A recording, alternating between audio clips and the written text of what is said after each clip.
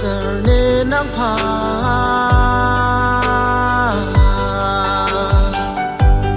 Theklok pe ne nangphan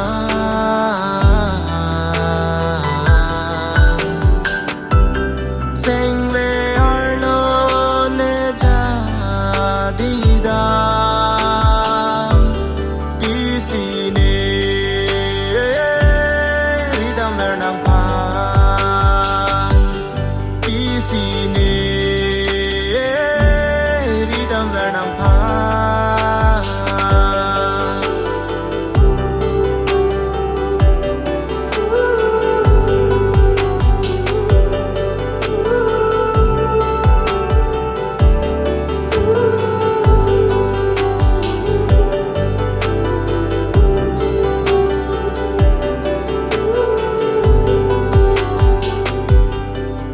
kanghon Pisi nang prekjak Rasen bolon kangjang Sengve ningme asami Chingki chethan aling Kaike nangphan Sengve ningkarong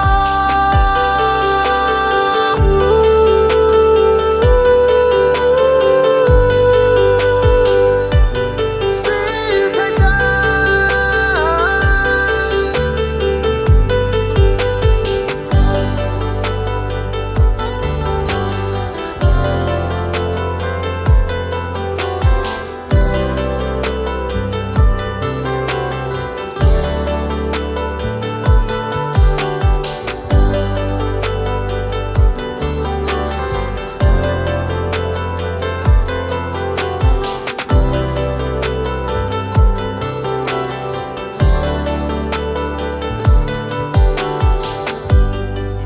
Songsar ahoklo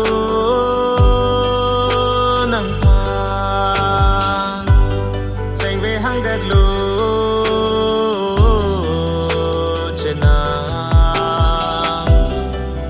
Jati le prekjam sita kanghon prekpre nangphan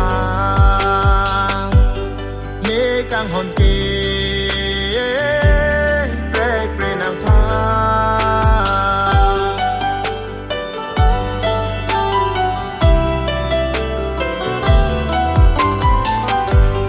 Songsar ne nangphan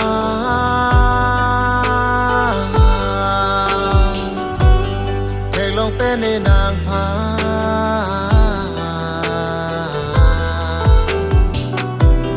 Sengve arlo ne jadidam Pisi ne ridam ver nangphan